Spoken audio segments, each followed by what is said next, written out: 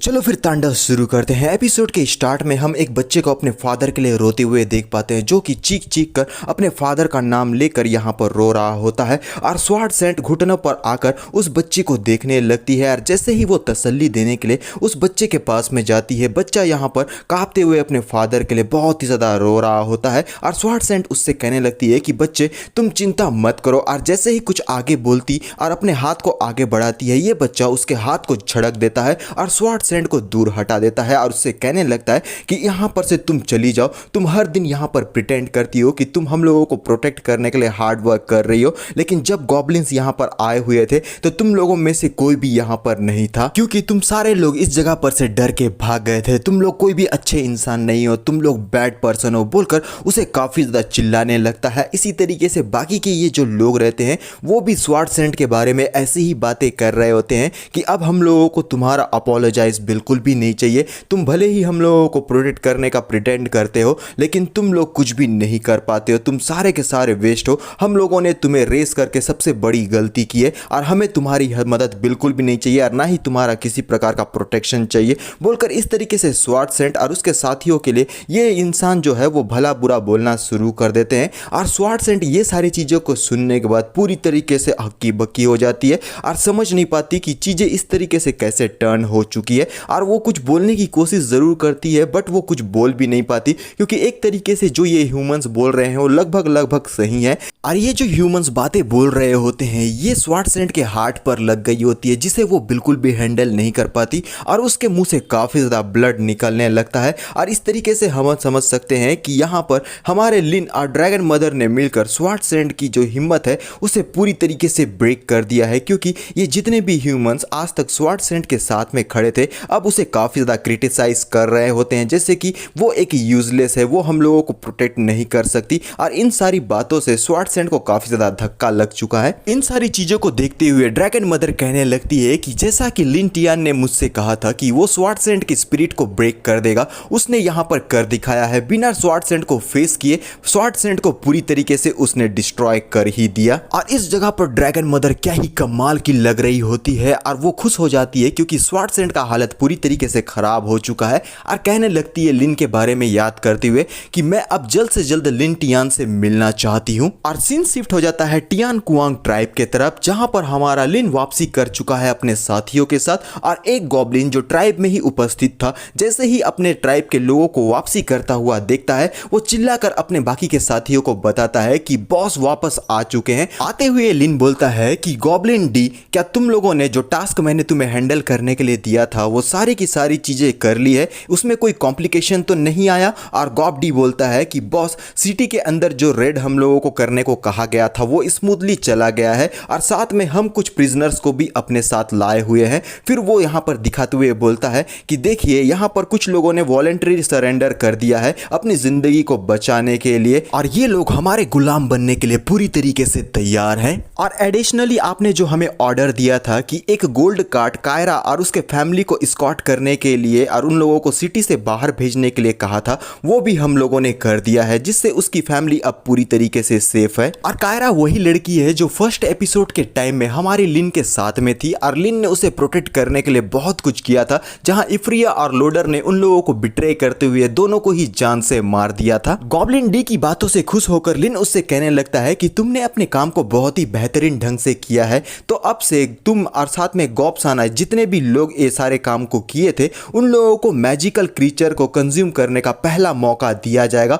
इस बात से गॉब डी बहुत ज्यादा खुश होता है और वो बोलता है कि ठीक है बॉस, मैं आपकी बात को समझ चुका हूं। लिन अपने मन में कहता है कि मेरे प्रीवियस लाइफ में कायरा ही एक ऐसी लड़की थी जो मेरे ऊपर में पूरी तरीके से यकीन करती थी और उसे सिटी से बाहर भेजने का मेरा एक ही मतलब है कि जो कुछ भी उसने मेरे ऊपर में किया था मैं बस उसके कर्ज को उतार रहा हूं। और साथ ही मुझे इस बात पे पूरी तरीके से यकीन है कि स्वाट सेंट अब पूरी तरीके से ब्रेक हो चुकी है और उसके अब संभलने की कोई भी संभावनाएं नहीं है। सीन शिफ्ट होता है ड्रैगन मदर के ट्राइब के तरफ, जहां आसमान में कई भारी मात्रा में ड्रैगन्स आसमान की सैर कर रहे होते हैं। और जब ड्रैगन मदर बात ले रही होती है, लिन भी अपनी एंट्री इस जगह पर देते हुए कहने लगता है कि तुम्हारे असिस्टेंस के लिए बहुत बहुत शुक्रिया ड्रैगन मदर। और ड्रैगन मदर उठकर कहने लगती है कि मैंने सुना कि स्वाट सेंट अब पूरी तरीके से बीमार हो गई है और वो बेड से बिल्कुल भी नहीं उठ सकती और ये बहुत ही अच्छी बात है। लिन कहता है कि जो कुछ भी अब तक हो रहा है वो बहुत ही बेहतरीन ढंग से चल रहा है और मैं ड्रैगन मदर यानी कि आपसे कहना चाहता हूं कि आपको इसी तरीके से कुछ ड्रैगन्स को ये ब्राइट टाउन को हरास करने के लिए ऐसे ही सेंड करना चाहिए ताकि हम ये जो प्रेशर अब तक स्वॉर्ड सेंट के ऊपर में क्रिएट किए हैं वो ऐसे ही बना रहे और स्वॉर्ड सेंट बिल्कुल भी ठीक ना हो। और ड्रैगन मदर लिन के काफी ज्यादा करीब आते हुए कहने लगती है, तो अब मुझे बताओ कि मैं रिवॉर्ड के लिए क्या चीज तुम्हें रिक्वेस्ट करूं, तुम एज अ कंपनसेशन मुझे दे सको, क्योंकि हर दिन हम लोग जो उड़कर ब्राइट टाउन के ऊपर में अटैक करते हैं उसकी वजह से हम काफी ज्यादा एग्जॉस्ट हो जाते हैं। और अपने ड्रैगन्स की हालत को दिखाते हुए बोलती है कि देखो मेरे बाकी के ये जो ड्रैगन्स है उनकी हालत पूरी तरीके से खराब हो गई है और वो लोग किस तरीके से मेहनत कर रहे हैं, तो इसलिए तुम्हें कंपनसेशन तो देना ही चाहिए। और लिन उन ड्रैगन्स की ओर में देखने लगता है और ड्रैगन मदर लिन के मुंह को पकड़कर उसे किस करना शुरू कर देती है और लिन इन सारी बातों से आश्चर्यचकित, आखिर ये ड्रैगन मदर उसके साथ क्या करने की कोशिश कर रही है। और जैसे ही वो हमारे लिन को छोड़ती है वो काफी ज्यादा लस्टफुली हमारे लिन से ब्लश करते हुए कहने लगती है, मैं रिवॉर्ड के तौर पर तुम्हें यहाँ पर चाहती हूँ, तो तुम मेरी बात को अच्छी तरीके से समझ रहे हो ना